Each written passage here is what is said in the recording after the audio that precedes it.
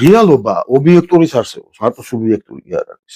რეალობა ობიექტურის არსებობს და ადამიანი შეიცნობ შენ ამ რეალობას, არ შეიცნობ მას, გვიან შეიცნობ თუ ადრე შეიცნობ, ის არ იცვლება ამით, რაც უკვე არსებობს. ანუ ონტოლოგიურია რეალობა, არის ონტოლოგიური, ამიტომაც არ არის ილუზია. თუ კი შენ მაგალითად რაღაცას ქმნი სიახლეს, ხო? ამ შემთხვევაში იცვლება რეალობა. ხოლო შენი გაცნობიერებით და რაღაც გასხივოსნებით არ იცვლება რეალობა. ანუ შენ აღქმას თუ ცვლი, ეს შენი ცვლები, რეალობა ამით არ იცვლება. რეალობას ცვლის სიახლე ქმნის რეალობას, მაგრამ იმისათვის რომ რეალობა შეიცვალოს, აუცილებელი პირობაა რაღაცის შექმნა, ანუ მოქმედება.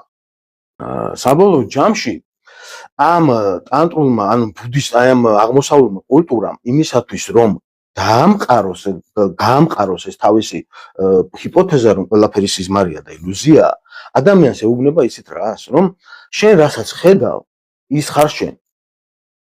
აი ამას ეუბნება, რომ საბოლოო ჯამში რასაც ხედავ, ის ხარ შენ და ეს ძალიან მცდარია, ანუ შეიძლება ეს მუშაობდა რაღაც ერთ დროს, შეიძლება ეს მუშაობს ბუდისტური კულტურის ქვეყნებში, მაგრამ არ მუშაობს ეს იქ, სადაც ნების თავისუფლების სიწმინდე არსებობს.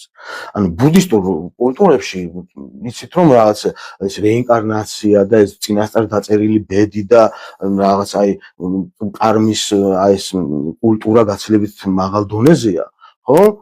აყვანილი და ფაქტობრივად მაგით ცხოვრობენ, ეგეთი ის აქვთ მენტალიტეტი, მაგრამ არ არის, იმიტომ რომ ნების თავისუფლების სიწმინდე გამაჩნია და მე შეიძლება ბევრ რამეს ვხედავ, მაგრამ მე ვარ ის, რასაც მოქმედებ, რასაც შემდეგ მატერიალიზაციას ვუკეთებ. მე შეიძლება ბევრ რამეს ვხედავ, მაგრამ მე არჩევანის თავისუფლება მაქვს. უფლება მაქვს ავირჩიო, მე ვიყო ის თუ არ ვიყო. მე ვხედავად იმისა, რომ ვხედავ, ვაანალიზებ, ვაცნობიერებ, აღვწერ კიდევაც, შეიძლება აღვნიშნო კიდევაც და გავახმოვანო, მაგრამ მე არ ვარ ის. მე ის ვარ, რასაც მე ვაკეთებ და მოქმედებ, რის მატერიალიზაციასაც აკეთებს ადამიანი. აი ძალიან მნიშვნელოვანია, რომ სხვათა შორის სიზმრის აღქმის მხრივ აი ეს ჰიპოთეზა, ეს პოსტულატი, რომ შენ ის ხარ, რასაც ხედავ, ძალიან უშლის, იმიტომ ადამიანებს ეშინიათ იმის დანახვა, თითქოს და იმ ურჩხულების რაღაც აი ამ გამრუდებული, ანუ გარდასახვითი რაღაც გამოსახულებების დანახვა და მისი თავის გაიგივება იმასთან და ხელი შემცვლელი ფაქტორია ეს პოსტულატი, რომ ის ხარ, რასაც ხედავ, ამიტომაც ერთ-ერთი მიზეზი შეიძლება ეს დავასახელოთ.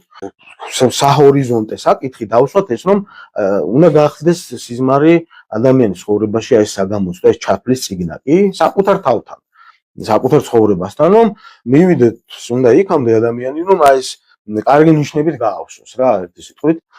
იმიტომ რომ სიზმარი ყოველთვის მიუთითებს რაღაც შეცდომაზე, რაღაცის გამოსწორებაზე, რაღაცა ისე არ მოხდა. ანუ კარგი და ცუდი სიზმარი არ არსებობს. საერთოდ ამ რუბრიკაში ჩვენ კარგზე და ცუდზე, ანუ ესეთი კატეგორიებით არ ვიმსჯელებთ, არ ვისაუბრებთ რა.